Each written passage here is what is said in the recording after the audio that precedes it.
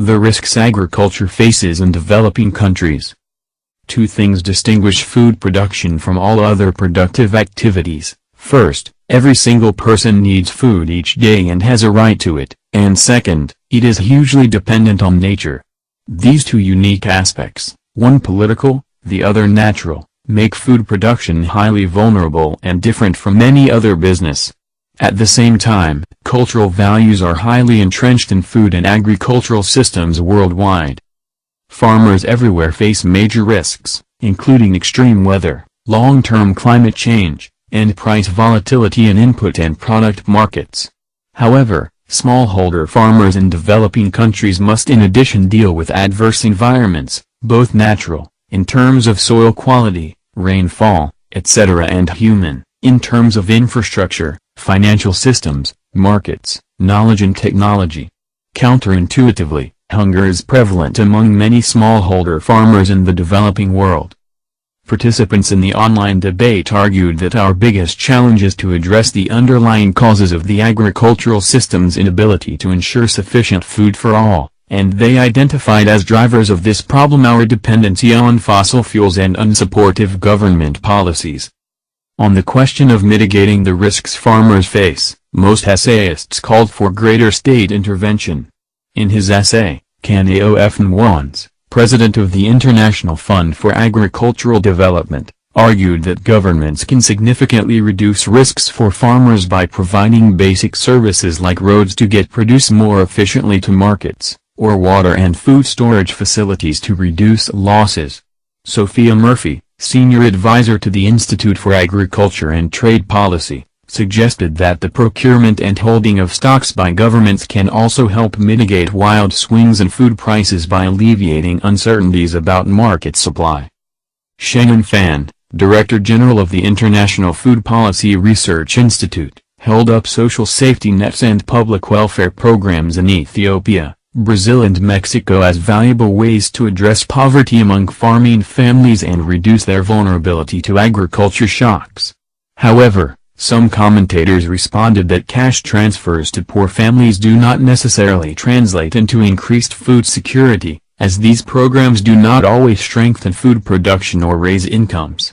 Regarding state subsidies for agriculture, Rokia Kaber, executive director of Bangladesh Anari Pragati Sena, commented in her essay that these have not compensated for the stranglehold exercised by private traders. In fact, studies show that 60% of beneficiaries of subsidies are not poor, but rich landowners and non-farmer traders. Nwans, Murphy and Fan argued that private risk management tools, like private insurance, commodity futures markets, and rural finance can help small-scale producers mitigate risk and allow for investment in improvements. Kaber warned that financial support schemes often encourage the adoption of high-input agricultural practices, which in the medium term may raise production costs beyond the value of their harvests. Murphy noted that when futures markets become excessively financialized they can contribute to short-term price volatility, which increases farmers' food insecurity. Many participants and commentators emphasize that greater transparency in markets is needed to mitigate the impact of volatility, and make evident whether adequate stocks and supplies are available. Others contended that agribusiness companies should be held responsible for paying for negative side effects. Many essayists mention climate change and its consequences for small-scale agriculture. Fan explained that in addition to reducing crop yields, climate change increases the magnitude and the frequency of extreme weather events, which increase smallholder vulnerability. The growing unpredictability of weather patterns increases farmers' difficulty in managing weather-related risks. According to this author, one solution would be to develop crop varieties that are more resilient to new climate trends and extreme weather patterns. Accordingly, Pat Mooney, co-founder and executive director of the Etc. Group, suggested that if we are to survive climate change, we must adopt policies that let peasants diversify the plant and animal species and varieties, breeds that make up our menus. Some participating authors and commentators argued in favor of community-based and autonomous risk management strategies through collective action groups, cooperatives or producers groups. Such groups enhance market opportunities for small-scale producers, reduce marketing costs and synchronize buying and selling with seasonal price conditions. According to Murphy, collective action offers an important way for farmers to strengthen their political and economic bargaining power, and to reduce their business risks. One commentator, Jill Tun, warned that collective action does not come as a free good. It takes time, effort and money to organize, build trust and to experiment.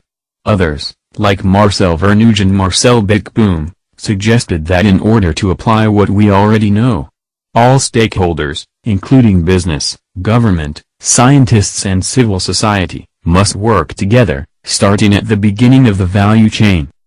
Some participants explained that market price volatility is often worsened by the presence of intermediary purchasers who, taking advantage of farmers' vulnerability, dictate prices.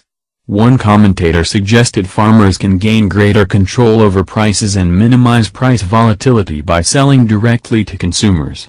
Similarly, Sonali Bisht, founder and advisor to the Institute of Himalayan Environmental Research and Education, in Here, India, wrote that community-supported agriculture, where consumers invest in local farmers by subscription and guarantee producers a fair price, is a risk-sharing model worth more attention.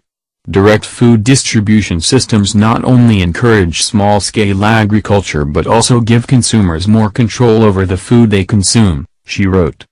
Các rủi ro mà nông nghiệp đối mặt ở các quốc gia đang phát triển.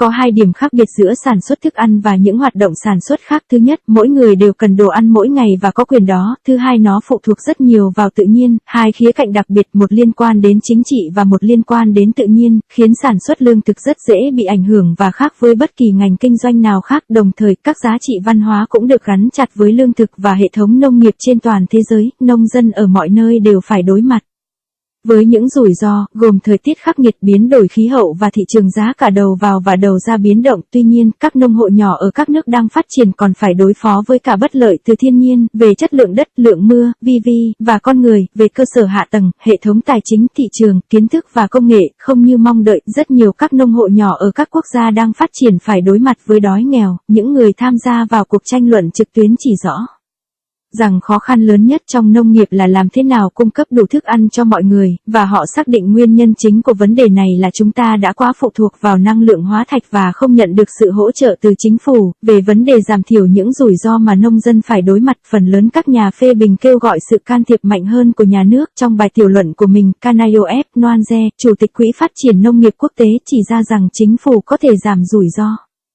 cho nông dân bằng cách cung cấp các dịch vụ cơ bản như đường xá để đưa sản phẩm vào thị trường hiệu quả hơn, hoặc là cung cấp các phương tiện dự trữ nước và thực phẩm để giảm thiểu những mất mát. Sophia Murphy, cố vấn cao cấp của Viện Chính sách Nông nghiệp và Thương mại, cho rằng việc chính phủ mua và nắm giữ cổ phiếu cũng có thể giúp giảm sự biến động của giá lương thực bằng cách giảm bớt sự biến đổi về nguồn cung thị trường. Sengen Fen, Tổng Giám đốc của Viện Nghiên cứu Chính sách Lương thực quốc tế, đã tổ chức các chương trình phúc lợi xã hội ở Ethiopia, Brazil và Mexico để giải quyết nạn nghèo đói trong các nông gia và giảm đi sự tác động của các biến đổi trong nông nghiệp. Tuy nhiên, một số nhà bình luận đã đáp lại rằng việc chuyển tiền cho các gia đình nghèo không tăng sự đảm bảo về lương thực vì các chương trình này không nâng cao sản lượng hay tăng thu nhập. Về trợ cấp của chính phủ cho nông nghiệp, Rokia Kabir, giám đốc điều hành của Bangladesh Nari Prograti Sangha, đã bình luận trong bài luận của mình rằng những điều này không bù đắp cho việc các doanh nghiệp tư nhân bị mắc kẹt. Trên thực tế, các nghiên cứu cho thấy 60% người hưởng lợi từ trợ cấp không phải là người nghèo, mà là chủ sở hữu đất đai giàu có và những thương nhân không phải là nông dân. Noanze, Murphy và Fen cho rằng các công cụ quản lý rủi ro tư nhân, như bảo hiểm cá nhân, các thị trường hàng hóa tương lai, và tài chính địa phương có thể giúp các nông gia quy mô nhỏ giảm thiểu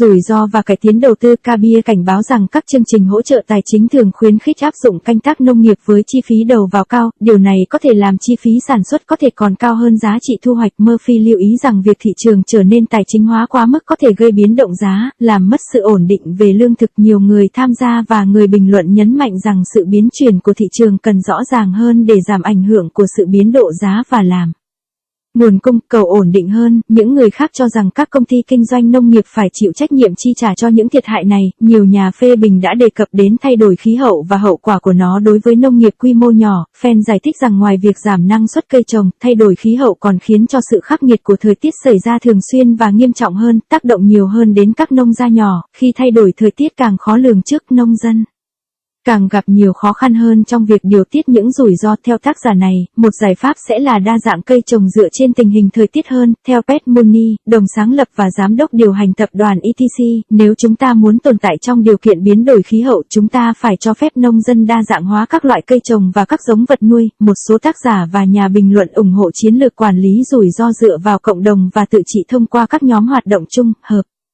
tác xã hoặc các nhóm nhà sản xuất. Các nhóm này tăng cường cơ hội thị trường cho các nhà sản xuất quy mô nhỏ, giảm chi phí tiếp thị và điều tiết giá theo mùa. Theo Murphy, khi quản lý như vậy, người nông dân sẽ có địa vị chính trị và kinh tế cao hơn và do đó sẽ giảm được những rủi ro họ phải chịu. Một nhà bình luận, Genton, đã cảnh báo rằng hành động tập thể không có sẵn, phải mất thời gian, công sức và tiền bạc để tổ chức, xây dựng niềm tin và thử nghiệm. Những người khác như Marcel Vernoy và Marcel Bergbohm gợi ý rằng để nên áp dụng những gì chúng ta đã biết, tất cả các bên liên quan, bao gồm cả doanh nghiệp, chính phủ, các nhà khoa học và cộng đồng phải cùng nhau làm việc, hợp tác với nhau ngay từ những bước đầu tiên. Những người tham gia giải thích rằng sự biến động về giá cả thị trường thường trở nên tồi tệ hơn bởi sự có mặt của những người mua trung gian. Những người này lợi dụng cơ hội và quyết định giá cả. Một nhà bình luận cho rằng nông dân có thể kiểm soát giá cả nhiều hơn và giảm thiểu sự biến động của giá cả bằng cách bán trực tiếp cho người tiêu dùng. Tương tự, Sonali Bis, người sáng lập và cố vấn Viện Nghiên cứu và Giáo dục Môi trường Himalayan INSEIE, Ấn Độ đã viết rằng bằng cách người tiêu thụ đầu tư vào nông dân địa phương và nhà sản xuất đảm bảo áp dụng giá công bằng là một mô hình chia sẻ rủi ro đáng chú ý hơn. Các hệ thống phân phối thực phẩm trực tiếp không chỉ khuyến khích sự phát triển của nông nghiệp quy mô nhỏ mà còn cho người tiêu dùng quyền kiểm soát thực phẩm mà họ tiêu thụ nhiều hơn. The Lost City. When the U.S. explorer and academic Hiram Bingham arrived in South America in 1911, he was ready for what was to be the greatest achievement of his life, the exploration of the remote hinterland to the west of Cusco, the old capital of the Inca Empire in the Andes Mountains of Peru. His goal was to locate the remains of a city called Vitcos, the last capital of the Inca civilization. Cusco lies on a high plateau at an elevation of more than 3,000 meters, and Bingham's plan was to descend from this plateau along the valley of the Urubamba River, which takes a circuitous route down to the Amazon and passes through an area of dramatic canyons and mountain ranges.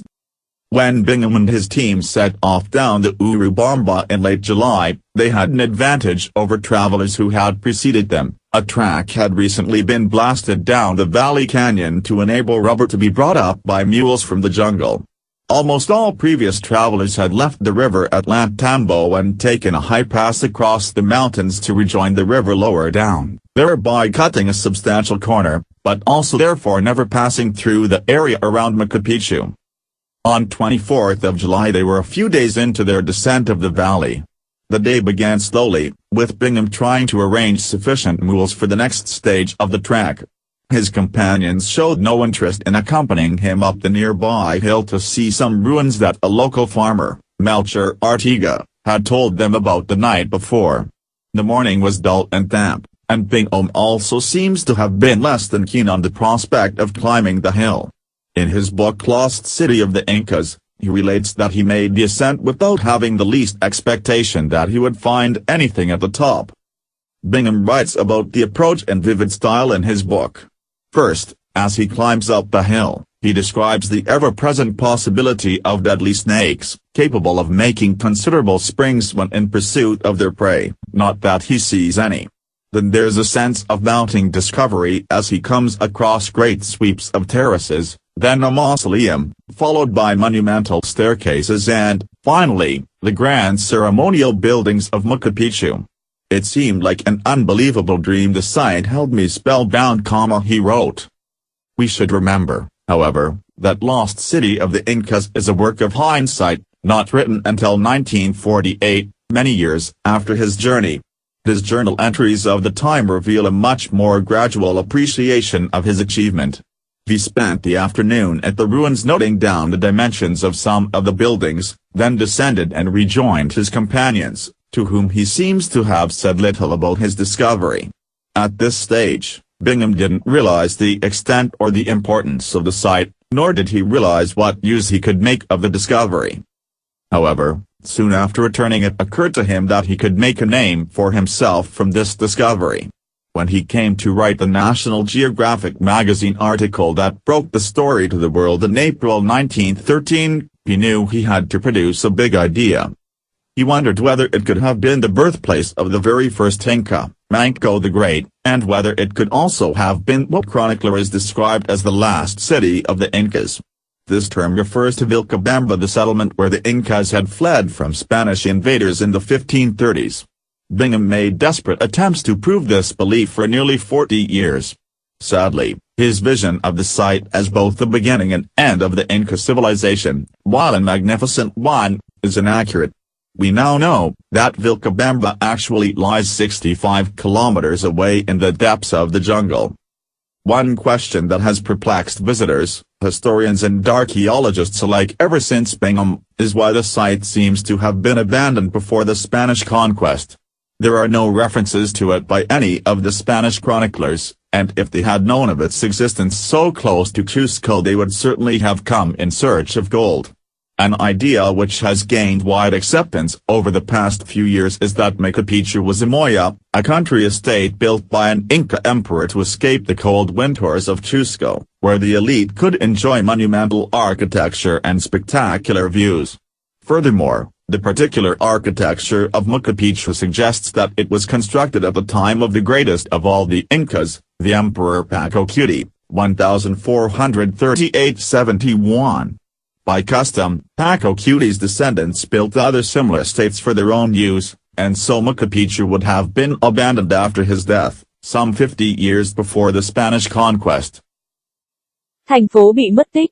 Khi nhà thám hiểm Hoa Kỳ và học giả Hiram tên Bingham đến Nam Mỹ năm 1911, ông đã sẵn sàng đón nhận thành công lớn nhất của cuộc đời mình, thám hiểm vùng đất xa xôi ở phía tây của Cusco, thủ đô cũ của đế chế Inca ở dãy núi Andes của Peru. Mục tiêu của ông là xác định vị trí những tàn tích của thành phố được gọi là Vitcos, thủ đô cuối cùng của nền văn minh Inca. Cusco nằm trên một cao nguyên ở độ cao hơn 3.000 mét và kế hoạch của Bingham là đi xuống từ cao nguyên này dọc theo thung lũng sông Urubamba, đi vòng quanh xuống vùng Amazon và qua khu vực hẻm núi và dặng núi tráng lệ. Khi Bingham và nhóm của ông bắt đầu đến Urubamba vào cuối tháng 7, họ đã có một lợi thế so với những nhà thám hiểm trước đây. Một con đường gần đây đã được mở xuống phía hẻm núi để những con lam mang cao su ra khỏi rừng. Hầu như tất cả lữ khách trước đây đã rời con sông tại Ollantaytambo và vượt con đèo cao cắt ngang qua các ngọn núi để tái hợp với hạ lưu sông, nhưng cũng vì vậy mà họ không bao giờ đi qua khu vực quanh Machu Picchu. Vào ngày 24 tháng 7, họ đã mất vài ngày để đi xuống thung lũng. Ngày bắt đầu một cách chậm rãi, Bingham cố gắng sắp xếp các con la đủ cho giai đoạn tiếp theo của hành trình. Những người bạn của ông ấy không thích thú trong việc cùng ông đi lên ngọn đồi gần đó để xem một số tàn tích mà một nông dân địa phương tên là Melchor Akaga đã nói với họ đêm trước. Buổi sáng thật ảm đạm và ẩm ướt, và Bingham dường như cũng không mấy thích thú với việc leo lên ngọn đồi này. Trong cuốn sách Lost City of the Inca, thành phố mất tích, ông thuật lại rằng ông đã leo lên đồi mà không có chút mong đợi nào về việc tìm thấy bất cứ thứ gì ở trên đỉnh đồi. Bingham viết về việc tiếp cận khu vực này trong sách của mình rất sống động. Thứ nhất, trong khi leo lên ngọn đồi, ông mô tả rằng ông hoàn toàn có thể gặp những con rắn độc, chúng có khả năng phi thường khi đuổi theo con mồi, và tất nhiên ông ý không gặp con nào như thế.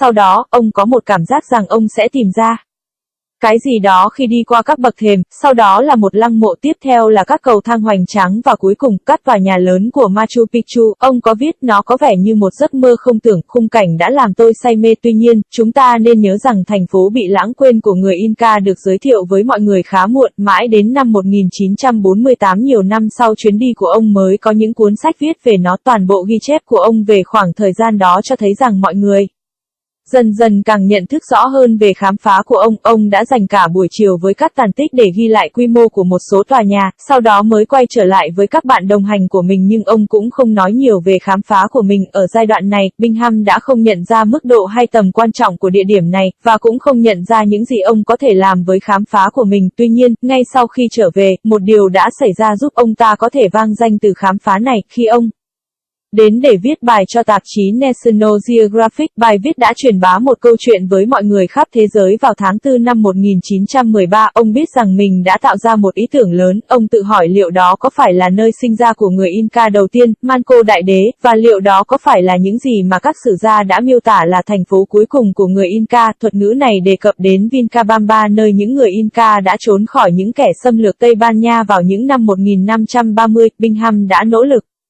chứng minh niềm tin này trong gần 40 năm. Thật đáng buồn, suy nghĩ của ông ý rằng địa điểm này là nơi bắt đầu và đồng thời là nơi kết thúc của nền văn minh Inca là không chính xác. Bây giờ chúng ta biết rằng Vilcabamba thực sự nằm 65 km sâu trong rừng rậm. Một câu hỏi gây bối rối cho du khách, sử gia và các nhà khảo cổ kể từ sau khám phá của Bingham là tại sao khu vực này dường như đã bị bỏ hoang trước khi người Tây Ban Nha xâm chiếm. Không có tài liệu tham khảo nào mà các sử gia Tây Ban Nha đã viết về địa điểm này, và nếu như họ biết nó tồn tại gần Cusco đến thế thì chắc chắn họ sẽ đến để tìm kiếm vàng. Trong suốt những năm qua, mọi người tin rằng Machu Picchu là một đất nước được xây dựng bởi một hoàng đế Inca để thoát khỏi mùa đông lạnh giá của Cusco, nơi tầng lớp thượng lưu có thể thưởng thức kiến trúc kỳ vĩ và khung cảnh ngoạn mục. Hơn nữa, kiến trúc đặc biệt của Machu Picchu đặt ra giả thuyết là nó đã được xây dựng vào thời điểm rực rỡ nhất của Inca, thời kỳ của hoàng đế Pachacuti, khoảng năm 1438 năm 71. Theo phong tục, con cháu của Pachacuti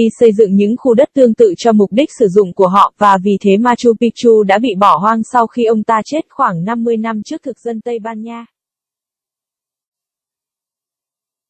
The benefits of being bilingual. According to the latest figures, the majority of the world's population is now bilingual or multilingual, having grown up speaking two or more languages. In the past, such children were considered to be at a disadvantage compared with their monolingual peers. Over the past few decades, however, technological advances have allowed researchers to look more deeply at how bilingualism interacts with and changes the cognitive and neurological systems, thereby identifying several clear benefits of being bilingual. Research shows that when a bilingual person uses one language, the other is active at the same time. When we hear a word, we don't hear the entire word all at once, the sounds arrive in sequential order. Long before the word is finished, the brain's language system begins to guess what that word might be. If you hear can, you will likely activate words like candy and candle as well, at least during the earlier stages of word recognition.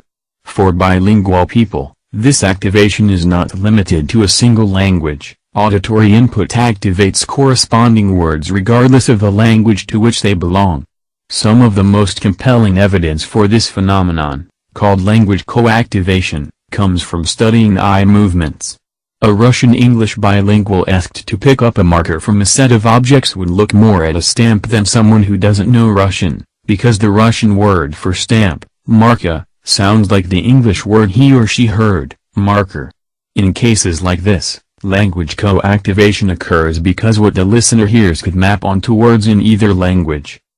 Having to deal with this persistent linguistic competition can result in difficulties, however. For instance, knowing more than one language can cause speakers to name pictures more slowly, and can increase tip of the tongue states, when you can almost, but not quite, bring a word to mind. As a result, the constant juggling of two languages creates a need to control how much a person accesses a language at any given time. For this reason, bilingual people often perform better on tasks that require conflict management. In the classic Stroop task, people see a word and are asked to name the color of the word's font. When the color and the word match, the word red printed in red, people correctly name the color more quickly than when the color and the word don't match, the word red printed in blue. This occurs because the word itself, red, and its font color, blue, conflict. Bilingual people often excel at tasks such as this, which tap into the ability to ignore competing perceptual information and focus on the relevant aspects of the input.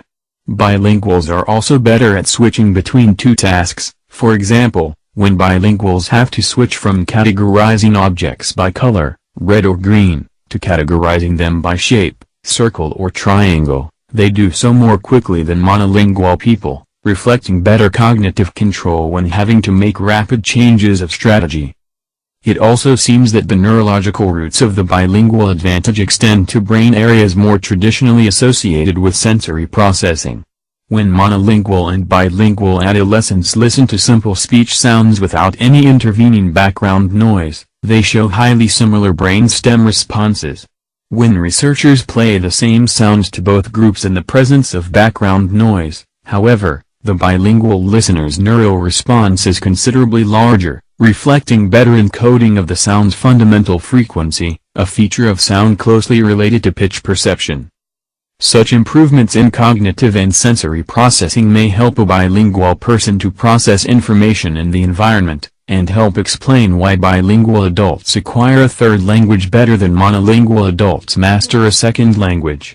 This advantage may be rooted in the skill of focusing on information about the new language while reducing interference from the languages they already know. Research also indicates that bilingual experience may help to keep the cognitive mechanisms sharp by recruiting alternate brain networks to compensate for those that become damaged during aging. Older bilinguals enjoy improved memory relative to monolingual people, which can lead to real-world health benefits. In a study of over 200 patients with Alzheimer's disease, a degenerative brain disease, bilingual patients reported showing initial symptoms of the disease an average of 5 years later than monolingual patients. In a follow-up study, researchers compared the brains of bilingual and monolingual patients matched on the severity of Alzheimer's symptoms. Surprisingly, the bilinguals' brains had more physical signs of disease than their monolingual counterparts, even though their outward behavior and abilities were the same. If the brain is an engine, bilingualism may help it to go farther on the same amount of fuel. Furthermore, the benefits associated with bilingual experience seem to start very early. In one study, researchers taught 7-month-old babies growing up in monolingual or bilingual homes that when they heard a tinkling sound, a puppet appeared on one side of a screen. Halfway through the study, the puppet began appearing on the opposite side of the screen. In order to get a reward, the infants had to adjust the rule they'd learned. Only the bilingual babies were able to successfully learn the new rule. This suggests that for very young children, as well as for older people, navigating a multilingual environment imparts advantages that transfer far beyond language. Những lợi ích của việc dùng song ngữ. Theo những số liệu mới nhất, phần lớn dân số thế giới hiện nay dùng song ngữ hoặc đa ngữ, tức là họ có thể nói hai hoặc nhiều ngôn ngữ. Trong quá khứ, những đứa trẻ nói song ngữ hoặc đa ngữ bị nghĩ là có nhiều bất lợi hơn những đứa chỉ dùng một ngôn ngữ. Tuy nhiên, trong vài thập kỷ qua, nhờ có những tiến bộ về khoa học, các nhà khoa học đã nghiên cứu về việc song ngữ có mối liên quan như thế nào với hệ thống nhận thức và thần kinh, từ đó có thể chỉ ra những lợi ích của việc dùng hai ngôn ngữ. Nghiên cứu cho thấy rằng khi một người song ngữ sử dụng một ngôn ngữ còn lại cũng hoạt động. Khi chúng ta nghe một từ, chúng ta không nghe toàn bộ từ cùng lúc, các âm thanh đến theo một trật tự. Trước khi một từ kết thúc, hệ thống ngôn ngữ của não bắt đầu đoán từ đó có thể là gì. Ví dụ như nếu bạn nghe từ can, bạn sẽ liên tưởng đến những từ như candy kẹo và candle nến. Ít nhất quá trình liên tưởng này xảy ra cho đến tận khi bạn nhận biết được từ đó. Đối với người song ngữ, sự liên tưởng này không giới hạn ở một ngôn ngữ mà nó còn đưa ra những từ tương ứng ở bất kỳ ngôn ngữ nào. Hiện tượng này được gọi là đồng kích hoạt ngôn ngữ, và những bằng chứng chứng minh cho nó được rút ra từ việc nghiên cứu sự di chuyển của mắt. Ví dụ khi yêu cầu một người dùng song ngữ Nga Anh lấy một cái marker cục tẩy, họ thường chú ý nhiều hơn vào một cái tem, vì trong tiếng Nga tem được đọc là marka, khá giống với từ cục tẩy trong tiếng Anh. Trong những trường hợp như vậy, sự đồng kích hoạt ngôn ngữ xảy ra bởi vì người nghe có thể phản xạ bằng cả hai ngôn ngữ. Tuy nhiên, việc đồng kích hoạt ngôn ngữ này cũng dẫn đến những khó khăn. Ví dụ, do biết nhiều ngôn ngữ, người nói có thể gọi tên hình ảnh tương ứng chậm hơn, và có thể làm gia tăng giai đoạn biết nghĩa của một từ nhưng không nhớ được từ đó. Kết quả là, việc xáo trộn hai ngôn ngữ khiến chúng ta phải kiểm soát việc sử dụng ngôn ngữ nhiều hơn. Vì lý do này, những người song ngữ cũng thường giải quyết những công việc có tính xung đột tốt hơn. Trong bài kiểm tra màu sắc mang tên Structas, mọi người nhìn một từ và được yêu cầu gọi tên màu phông chữ của nó là gì. Khi màu sắc của phông chữ và từ khớp với nhau, như chữ red được in bằng màu đỏ, người ta gọi tên nhanh hơn khi màu chữ và từ không khớp. Ví dụ, từ red được in bằng màu xanh. Điều này xảy ra bởi vì chính bản thân từ đó, màu đỏ, và màu chữ của nó, màu xanh, xung đột với nhau. Người song ngữ thường thực hiện các nhiệm vụ như thế này tốt hơn vì họ Có thể bỏ qua những thông tin gây tương phản và chú ý nhiều hơn vào khía cạnh họ cần xem xét. Những người song ngữ cũng tốt hơn với việc chuyển đổi giữa hai nhiệm vụ. Ví dụ, khi người dùng hai ngôn ngữ phải chuyển đổi từ việc phân loại các đối tượng bằng màu sắc màu đỏ hoặc màu xanh lá cây, sang phân loại chúng theo hình dạng, hình tròn hoặc hình tam giác, họ làm nhanh hơn nhiều so với người đơn ngữ. Điều này phản ánh họ thích nghi với những sự thay đổi nhanh hơn, có lẽ là thần kinh của người song ngữ mở rộng tới các cơ quan não bộ và có mối liên quan chặt chẽ hơn với các cơ quan điều tiết cảm xúc. Khi người đơn ngữ và song ngữ cùng nghe các câu nói đơn giản mà không bị can thiệp bởi bất cứ tiếng ồn xung quanh nào, não của họ phản ứng giống nhau. Tuy nhiên khi các nhà nghiên cứu mở cùng một âm thanh cho cả hai nhóm và có sự xuất hiện của tạp âm thì người nói song ngữ phản ứng nhanh hơn, chứng tỏ rằng sự mã hóa tần số âm thanh cơ bản tốt hơn. Những sự nâng cấp trong xử lý nhận thức và cảm xúc có thể giúp một người nói hai ngôn ngữ xử lý thông tin tốt hơn, và giúp giải thích tại sao những người song ngữ có thể học ngôn ngữ thứ ba tốt hơn những người đơn ngữ muốn học ngôn ngữ thứ hai. Lợi thế này có thể bắt nguồn từ kỹ năng tập trung vào thông tin của ngôn ngữ mới, đồng thời giảm sự can thiệp từ các ngôn ngữ mà họ đã biết. Nghiên cứu cũng chỉ ra rằng kinh nghiệm học hai ngôn ngữ cũng giúp họ nhận thức tốt hơn khi họ già đi, vì họ tạo ra những hệ thống não bộ thay cho những cái đã bị lão hóa. Người song ngữ khi về già có trí nhớ tốt hơn người đơn ngữ. Trong một nghiên cứu với sự tham gia của 200 bệnh nhân mắc bệnh Alzheimer, bệnh thoái hóa não, những bệnh nhân song ngữ cho thấy những triệu chứng ban đầu của bệnh chậm hơn trung bình 5 năm so với các bệnh nhân đơn ngữ. Trong một nghiên cứu tiếp theo, các nhà nghiên cứu so sánh bộ não của các bệnh nhân song ngữ và đơn ngữ mà đã có triệu chứng nghiêm trọng của bệnh Alzheimer. Đáng ngạc nhiên là bộ não của người song ngữ có nhiều dấu hiệu tự nhiên của bệnh hơn so với người đơn ngữ, dù các khả năng và hành vi bên ngoài của họ giống nhau. Nếu não là một động cơ, song ngữ học có thể giúp nó đi xa hơn với cùng một lượng nhiên liệu. Hơn nữa, những lợi ích liên quan đến kỹ năng song ngữ dường như bắt đầu rất sớm. Trong một đề tài nghiên cứu, các nhà nghiên cứu đã dạy những em bé 7 tháng tuổi lớn lên trong những gia đình đơn ngữ hoặc song ngữ rằng khi nghe thấy một tiếng leng keng, một con rối xuất hiện ở một bên màn hình.